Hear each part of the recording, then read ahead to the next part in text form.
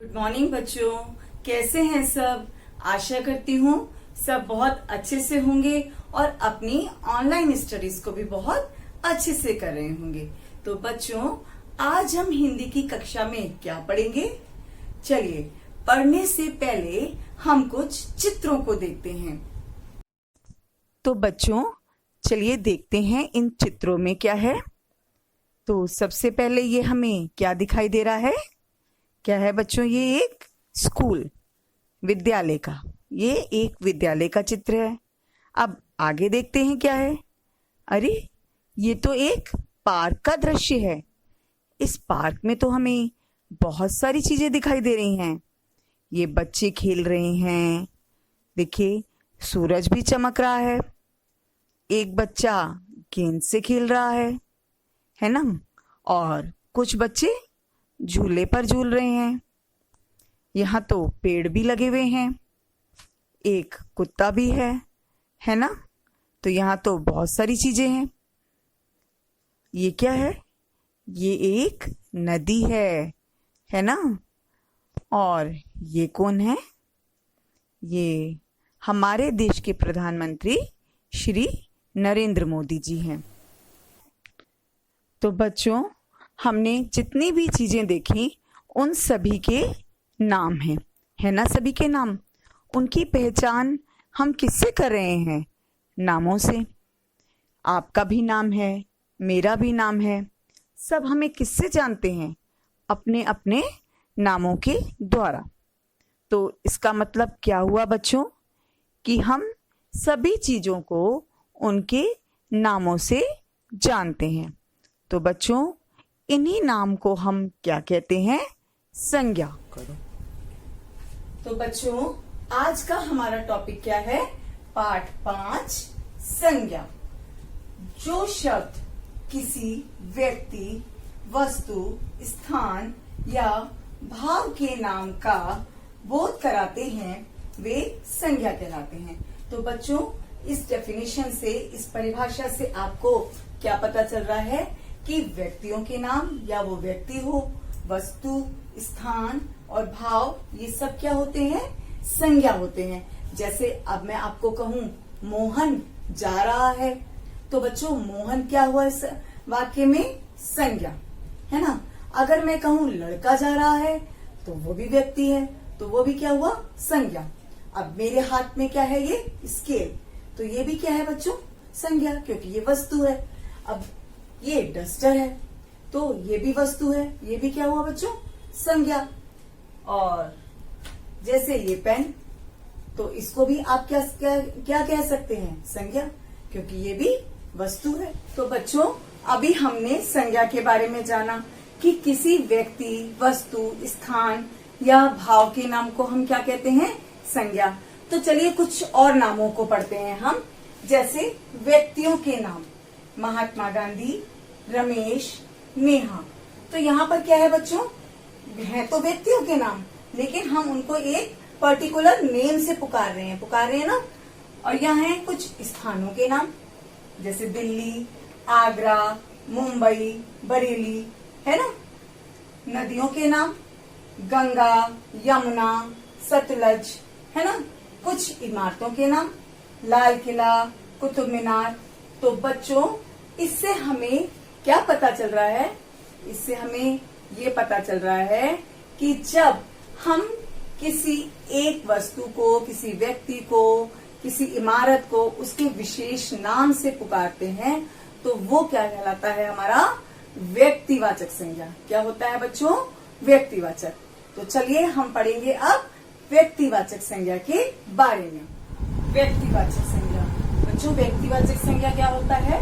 जो शब्द किसी व्यक्ति, स्थान या वस्तु के नाम का बोध कराएं, उसे व्यक्तिवाचक संज्ञा कहते हैं। तो बच्चों, इसमें क्या है? नाम का बोध। हमें किसी के नाम का पता चले तो वो क्या कहलाता है? व्यक्तिवाचक संज्ञा। जैसे इसमें व्यक्तियों के नाम, नदियों के नाम, इमारतों के नाम, शहरों के नाम, तो वो सब क्या कहलाते हैं? व्यक्तिवाचक संज्ञा। महीनों के नाम, ये सब व्यक्तिवाचक संज्ञा के अंतर्गत आते हैं बच्चों। अब देखिए हम कुछ यहाँ एग्जाम्पल्स, कुछ उदाहरण लेते हैं बच्चों। व्यक्तियों के नाम, जैसे महात्मा गांधी, रमेश, ये किसी व्यक्ति का नाम है ना। स्थानों के नाम, मुंबई, दिल्ली, इमारतों के नाम, ताजमहल, लाल किला। इस तरह बच्चों हमें जिसके भी नाम का बोध हो तो वो क्या कहलाता है, हमारा व्यक्तिवाचक संज्ञा। तो बच्चों आइए कुछ वाक्यों को पढ़ते हैं हम। यहाँ क्या लिखा है, अध्यापक पढ़ा रहे हैं। तो बच्चों इस वाक्य में हमें क्या बताया जा रहा है कि अध्यापक पढ़ा रहे हैं। इसमें संज्ञा क्या हुई, अध्यापक, है ना। लेकिन क्या है बच्चों, यहाँ अध्यापक का नाम नहीं है, सिर्फ हमें यही बताया जा रहा है कि अध्यापक। तो यहाँ पे क्या हुआ, ये अध्यापक जो है एक पूरी हमें जाति का बोध करा रहे हैं। किसका बोध करा रहे हैं, जाति का। ठीक है, अब अगले सेंटेंस में पढ़ते हैं हम। अगला सेंटेंस क्या लिखा है हमारा, फूल खिल रहे हैं। यानी कि इसमें क्या है संज्ञा, फूल। इसमें क्या है संज्ञा, फूल। लेकिन इसमें कोई एक पर्टिकुलर हमारे पास फूल का नाम नहीं है।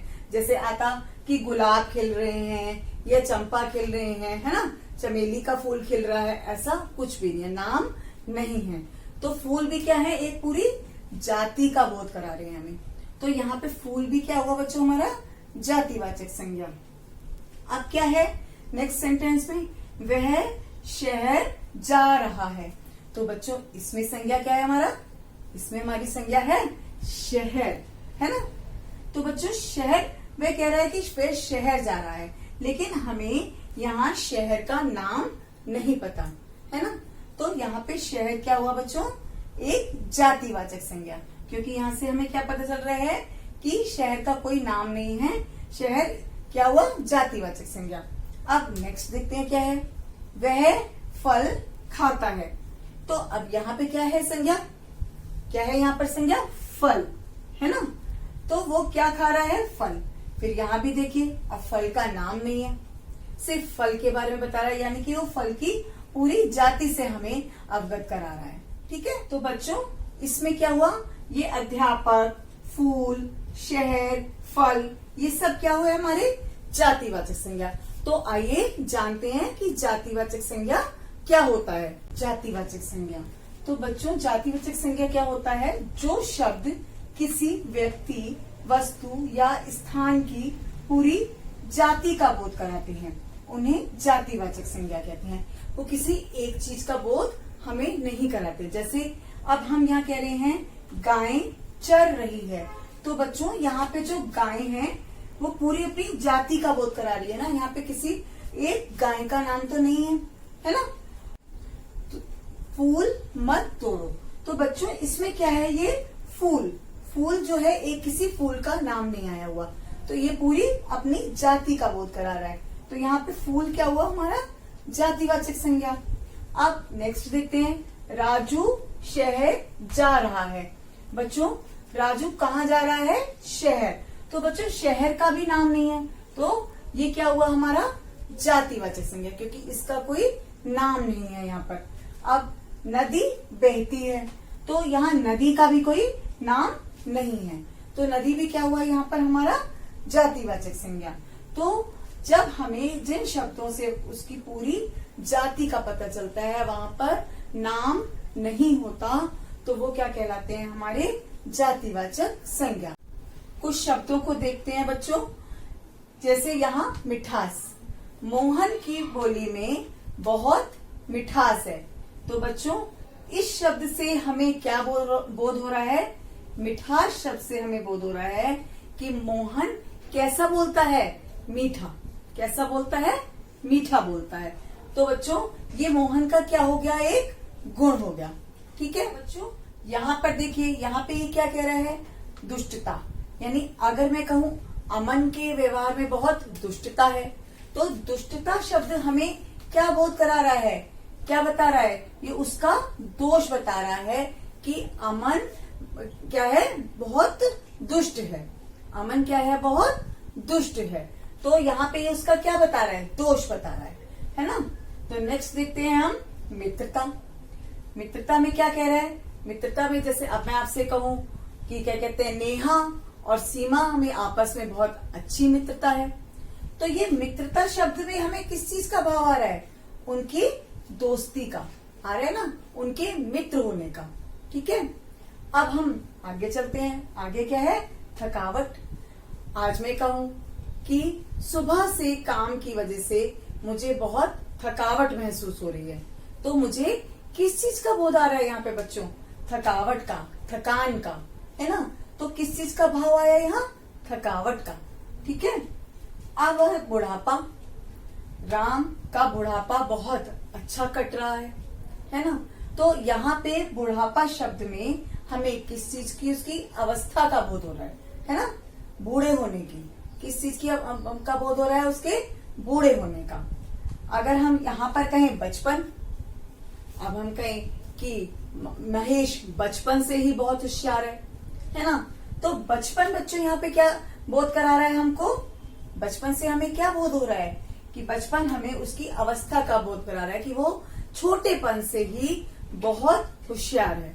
ठीक है, तो इस प्रकार बच्चों हमें इन सब शब्दों से किस चीज का बोध हो रहा है? भाव का। किसी ना किसी चीज का भाव आ रहा है हमें, है ना। जैसे यहाँ पे हमें मिठास का भाव आ रहा था, यहाँ हमें दुष्टता का भाव आ रहा है, मित्रता का भाव आ रहा है। तो बच्चों इस प्रकार ये क्या है? हमारी भाववाचक संज्ञा के कुछ उदाहरण। बच्चों अब क्या हम पढ़ेंगे? भाववाचक संज्ञा। जो शब्द किसी व्यक्ति या वस्तु के गुण दोष या भाव या अवस्था का ज्ञान कराते हैं वे भाववाचक संज्ञा कहलाते हैं। तो बच्चों व्यक्ति के गुण दोष, गुण दोष से क्या मतलब है बच्चों? गुण दोष का मतलब है कि हमारी अच्छी क्वालिटी भी और हमारी बुरी क्वालिटी भी। जैसे कि अब मैं आपको एग्जांपल दूं, अब मैं कहूं आम मीठा है, तो वो एक उसकी अच्छी क्वालिटी हो गई, तो वो उसका क्या हो गया? गुण। और अगर मैं आपसे कहूं आम खट्टा है, तो वो उसका क्या हो गया? दोष, है ना। तो अब हम यहाँ आता है भाव। भाव क्या होता है बच्चों? जो हमारी अंदर से फीलिंग्स होती है, हमें अपने आप कुछ फील होता है। जैसे आज मैं कहूँ बड़ी गर्मी है, तो वो क्या हो रहा है? हमें भाव, है ना। अगर मैं कहूँ बड़ी सर्दी है, तो वो भी हमें क्या आ रहा है? भाव। और फिर आता है बच्चों अवस्था। अवस्था का मतलब होता है कि जैसे अब मैं कहूँ कि राम बचपन से ही बहुत होशियार है, तो बचपन उसका क्या है? अवस्था, है ना। तो अब यहाँ पे हम कुछ और एग्जाम्पल भी देखते हैं, कुछ और उदाहरणों के द्वारा समझते हैं। थकान से प्यास लग रही है। तो बच्चों यहाँ पे ये प्यास क्या है? प्यास क्या आ रहा है? ये भाववाचक संज्ञा। हमें यहाँ पर किस चीज का भाव आ रहा है? प्यास लगने का, है ना। फिर हम समझते हैं आज बहुत गर्मी है, तो गर्मी भी क्या है बच्चों? भाव। किस चीज का भाव आ रहा है? ये गर्मी का। अब यहाँ पर आ गया बुढ़ापा। तो यहाँ पर क्या है? बुढ़ापा। बुढ़ापा कष्ट देता है, यानी कि ये भी यहाँ क्या फीलिंग आ रही है? बूढ़े होने की, है ना। तो ये भी क्या है? हमारी भाववाचक संज्ञा।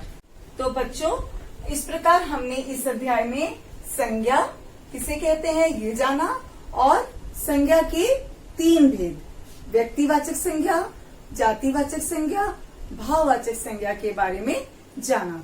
तो बच्चों अब आपको इन सब का अच्छे से अभ्यास करना है। Thank you.